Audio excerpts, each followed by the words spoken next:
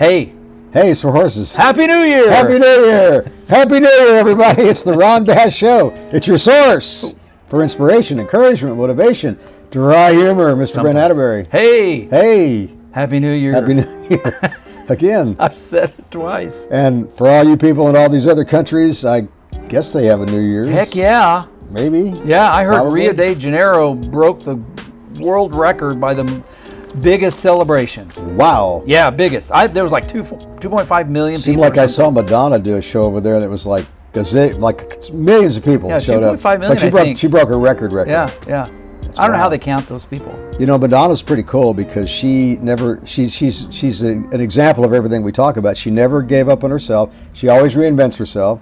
And she's in her 60s, maybe almost 70, and still very relevant all around the world. Her music still penetrates and people still love her music. And probably will forever, for hundreds of more years. Yeah. But she got really sick and almost died and came out of that, and she said, hey man, I'm going back on tour. And she did that, and she's an amazing gal. Yes. Pink's another amazing gal. She's a really, really talented gal too. Another example of perseverance. She had a real bad childhood and came up through the ranks. It was difficult, but she stayed the course, and now she's well thought of, well known all over the world. Just had surgery, I think on her shoulder maybe. She does all these aerobatics, and she does these live shows. She flies all around the state. Great all entertainer. around yeah, great entertainer. Super smart. Any rate, so much for all that. Okay, so you guys know I always like to talk about drugs. Don't do drugs, don't drink, go to the gym. So I was reading about this neurosurgeon talking about pot smoking. Because everybody's smoking pot. Everywhere I go, people are smoking pot. It's like it's not a big deal now. Even our governments are selling marijuana, which I don't agree with, because they're supposed to be protecting us, not hurting us, right? Make a long story short, he says, as a neurosurgeon, that it's really bad for you. Of course, we know it's bad for you. But he says it prevents brain growth, particularly in teenagers. Oh. So when you're really young and your kids are smoking pot and they're all thinking it's super cool, it ain't super cool, because it's really slowing down their ability to improve their brain function. It's not a good thing. Concentration issues, of course, we talk about that. It slows down your ability to concentrate. It just goes on and on and on.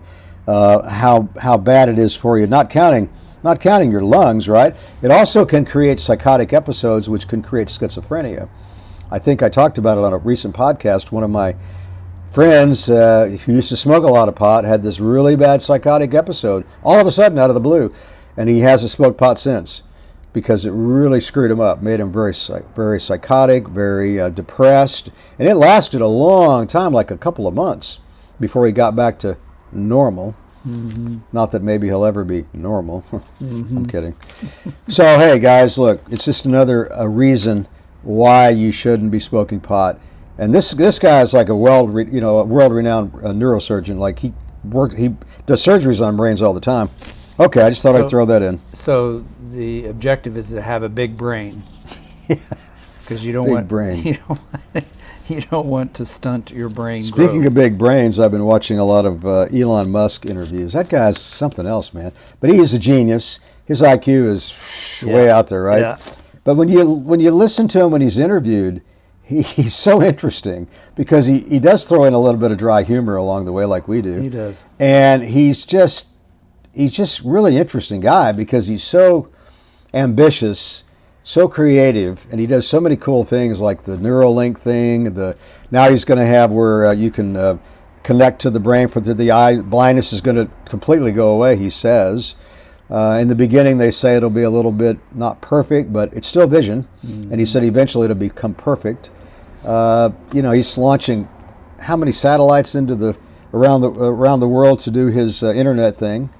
That's pretty crazy. I was watching a commercial the other day. I think it was T-Mobile, and they charge, like they've connected with Starlink. So you could pay an extra $10 a month and have satellite coverage if you're out in the middle of nowhere. I didn't know that. I didn't know that he was like partnering with a lot of these cell phone companies.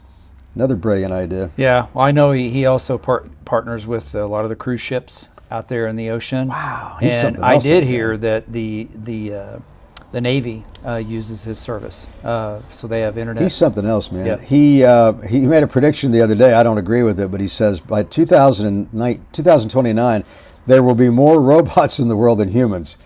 I don't see that happening. But at the same time, I get the idea that it is an up and coming thing, like AI is an up and coming thing, and it's going to get more and more popular, and there's going to be more and more of that sort of thing. I don't know about 2020. That's only 3 years. I don't see that happening. Maybe, there's no way, because I was thinking about robotics in the workforce. I was thinking about toy robots. I was thinking about robots that can be used for a lot of different reasons. But I think you're right. It'd be hard to do that number. I don't know. At any rate, Elon Musk is fascinating. I just love studying about him, reading about him, and listening to him talk. And he's so cool. Like, he's really down to earth when you talk to him. He's not like, or when you hear him talk, he's not like talking in a way that you can't understand him. Very down to earth. I don't know if that's intentional or not, but he dumbs everything down to where people can get it, right? I saw an interview that he did a long time ago when he bought Twitter, and people were like threatening him, if you do this and you do that, we're not going to advertise on Twitter. And Elon Musk says, you know what, you guys can all go jump in the lake, you can go to hell. I don't care. And the interviewer's like, you don't care if you lose revenue? Let me repeat myself. Nobody is going to intimidate me and put a gun to my head. If you don't want to advertise with Twitter, that's fine. Go jump in the lake. And I thought to myself, now that's pretty cool stuff. Standing up for what he really believes in. I think it had to do with free speech or the kind of stuff they were going to post, and that wasn't. You get the idea. And he says, hey man, we're going to keep it open, and we're going to report the truth, and we're going to have good news coverage that's honest, and so forth and so on. We're not going to slant anything. Okay, here's a cool story. Britain Has Talent, which is the what's the guy's name that started the company? America's Idol. He started that one. Simon Cowell. Simon Cowell. So he's got this show over in England called Britain Has Talent. So this gal comes on just to prove the point that you can't judge the book by its cover. And I mean, this gal, if you looked at her, you would have thought, what in the world? She's not aesthetically appealing, very overweight, not a good smile. And they said, what are you going to do? She said, I'm going to sing. And they go, sing? And man, I mean, this gal, it was just brilliant. How beautiful. She sounded like Adele, maybe even better. And the crowd just went nuts. And they did what they call the golden buzzer. Yeah. And now she's got a recording contract and she's doing music. But I thought to myself, it just proves the point that you just don't know. When you come across people in your life and you want to judge them, don't do that. I've got people that come to my school that are not the kind of people you would think should maybe be here. But I'm of the opinion that you have to give everybody a chance and let it play out a little bit before you pass judgment. And you'd be surprised how wrong we can be when we have first impressions. So I just wanted to bring that up because the video was just so impressive. I mean, people were crying in the audience. They were crying. Just adding to that, there's a new series on Netflix. Simon Cowell is doing a talent search to do a new boy band. He did One Direction. Yeah, which was huge. He said he's done a lot of things in his life.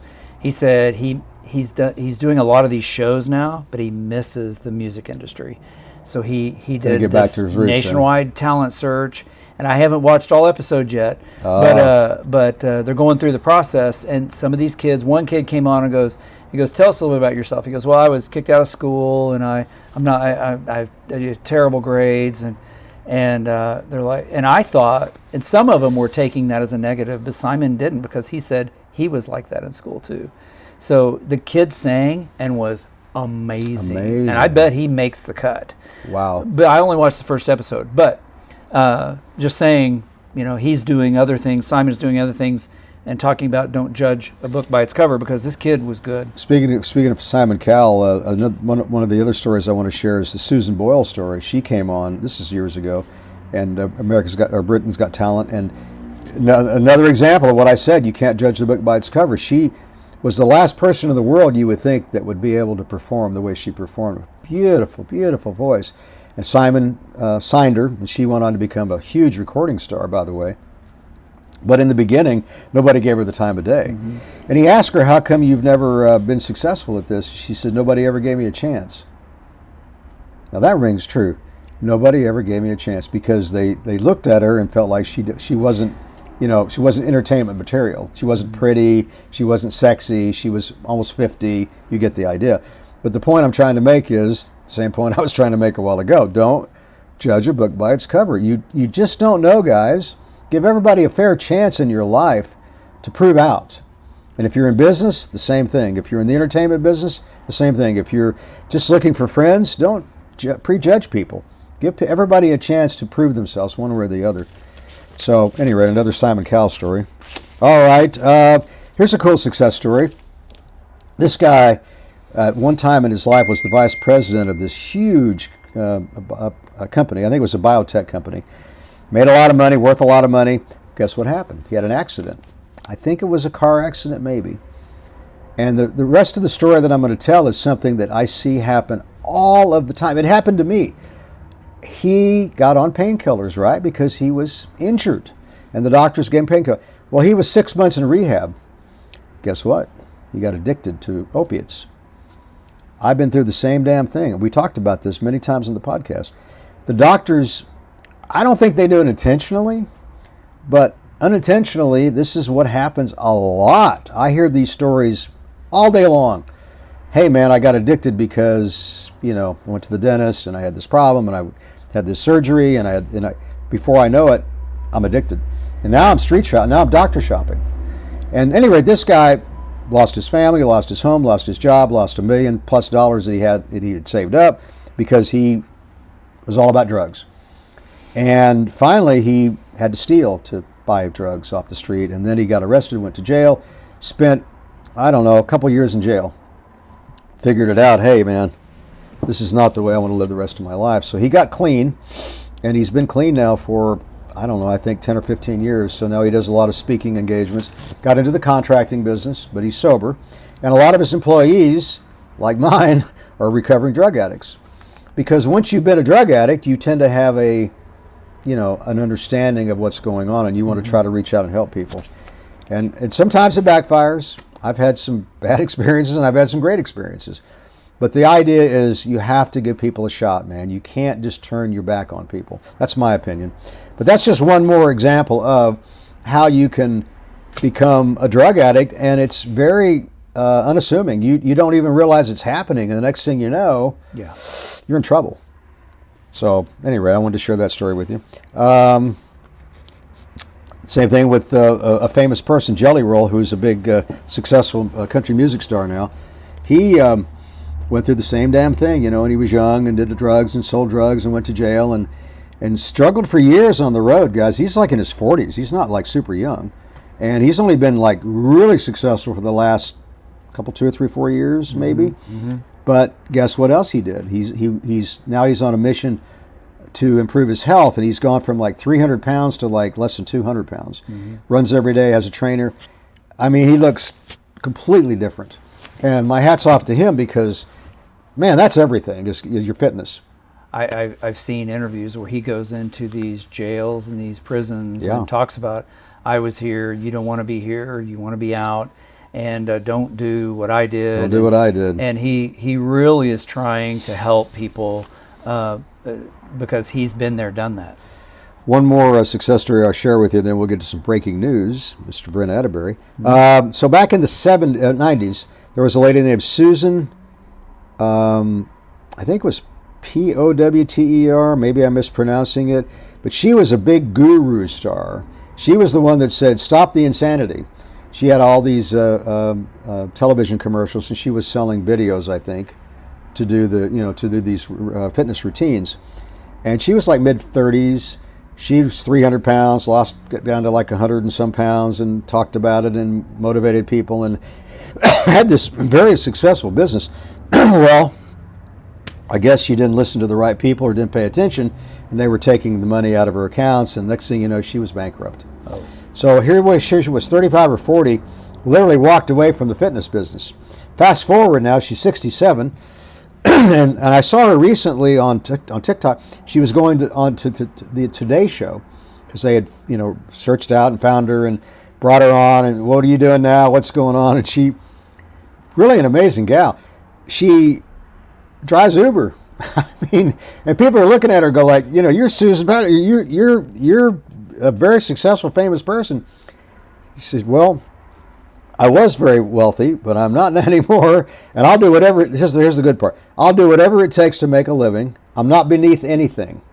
And I thought to myself, what a very strong work ethic that this lady has to be in that position and not be depressed the fact that she lost everything financially, but she still kept her health, still works out, still lives in the same apartment she did when she was well-to-do in Las Vegas, and drives an Uber. I just think it's the suggestion is that, hey, no matter where you're at in life, if you go down, you can come back up. Mm-hmm. And you can still maintain your sense of humor. You can still maintain your self-worth and your self-respect and come back. And I think she's writing a book now, so that might be like another comeback to, a stage of notoriety. But I just thought that was a really cool story, and that the idea that she still never gave up on herself, regardless of how far she was up and how far she went back down. And I just think that's a cool story, man. So I wanted to share that. All right, breaking news, sir. Well, can you ride a skateboard? Maybe. I can't. You can't? No, I've tried. I can maybe go like a foot or two, 3 feet maybe. Okay. My grandsons can with ease, but not me. But there's been a new Guinness World Record. Oh my gosh, a new one. record. Yep. And his nickname is Tony Pork, and it's a pig. Oh, what? Pig. Yep. Oh, come on. Yep. His real name is Norbert, a skateboarding swine from Buffalo Grove, Illinois. Showed off his skills, propelled his own board for a distance of 32.8 feet in just 11.32 seconds. Yep. He did it on his own. Wow. Got the kick going, got going down the hill there a little bit. Yep. So, he How did this come about? How did this happen? I don't really know. There's a video about him, but there's his picture right there. Oh, my gosh. For real. Yeah, it's on YouTube. That is crazy. Yep. It actually made the list of one of the most odd Guinness records in 2025. That is super odd. Anyway. Also, today is I Am a Mentor Day. Ooh, I like that. I knew you'd like that. Yeah. And it's also, there's like 4 of them here. I got to say them all. Okay. I'm Not Gonna Take It Anymore Day. Ooh, I like that too.